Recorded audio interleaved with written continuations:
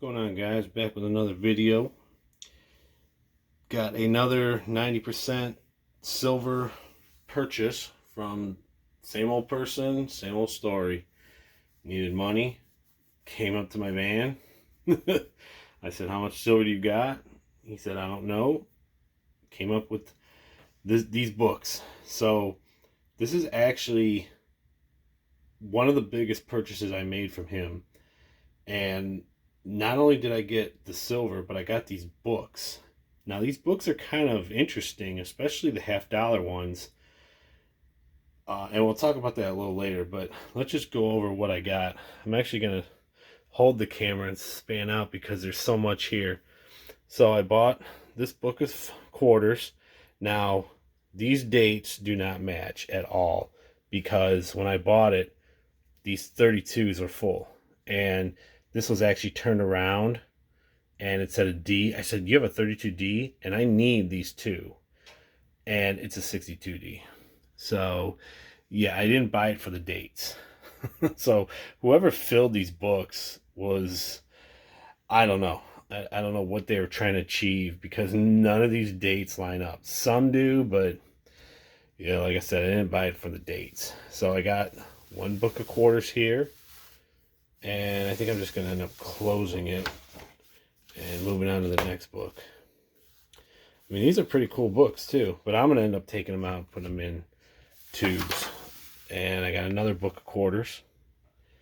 Again, the dates do not match, which I think I need like the 55.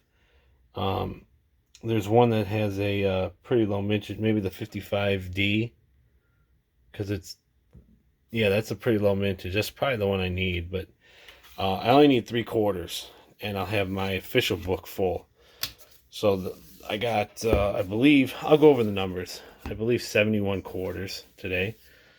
Then I got a book of $50 Benjamins. Got a book of Rosies. I think, let's see, total dimes I bought today was 108. So I think there was 50 some here, 55, and then I think there was 53 Mercury dimes. Again, you know, none of these dates line up at all, which is fine. You know, like I said, I'm not buying it for the dates, so buying it for the silver.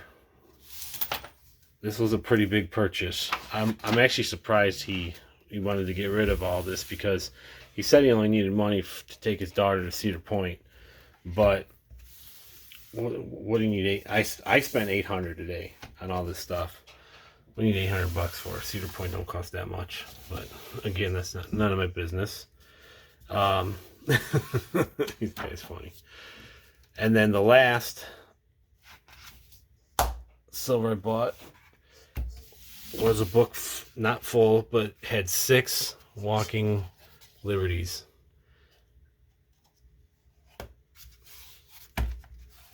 So yeah, that was, not only did I get these cool books, I got tons of silver.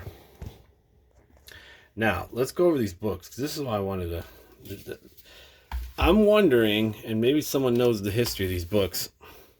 See how this says collection starting in 1948? It doesn't go to 64. Same thing with the quarter. Like, look at this. The quarter, 46.59. Now, this is number 2. I did look. Whitman makes a number 3, which goes from 60 to 64. Now, check this out. This is what's weird. So, if you look at this one starting, and they all say it, even the dime one says starting in 46, it doesn't go to 64. This one goes to 1962. Okay. But check this out. I have an older book. Now, this one came from my other grandfather.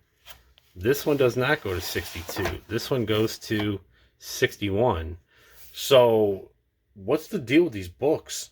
Like, did you have to, like, say it was 1960. Were you only able to buy a book from 48 to 60? And then what'd you do with 61, 62? I mean, do they make a book every year? That's what I'm wondering. Because obviously, you know, I got one that goes to 61, but then this one goes to 62. Did they make a book for just to 63? Obviously, they made one to 64 because I have it. It's a newer book, but isn't that weird? I think it's weird. I don't know the history behind these Whitman books. You know, same thing with the dimes. It stops at 62. So, did they make a 63 and a 60 one that goes up to 64? I don't know. They had to have. I think that's so weird. I mean, I'd be pretty mad if I bought the book and then found out that I needed to get another year and another year. But these are pretty old. Like this one actually has a price tag on it of 35 cents. Let's see if I can find right there, 35 cents. And it says some kind of sports time. So yeah, these books are pretty old. I actually have another one from my last video. Same thing, 35 cents. And this one had $50 in it. So now I got another book. But yeah, you could sell these books if you wanted to online. I think it's pretty cool. So let's go over my totals, because I like to keep track of how much 90% I have so far. And my sheet that all I had to do was insert this line. And this is what I bought today. 108 dimes, 71 quarters, and then 37 half dollars. That adds it up for 2023. This is what I had before, and this is what I have as total.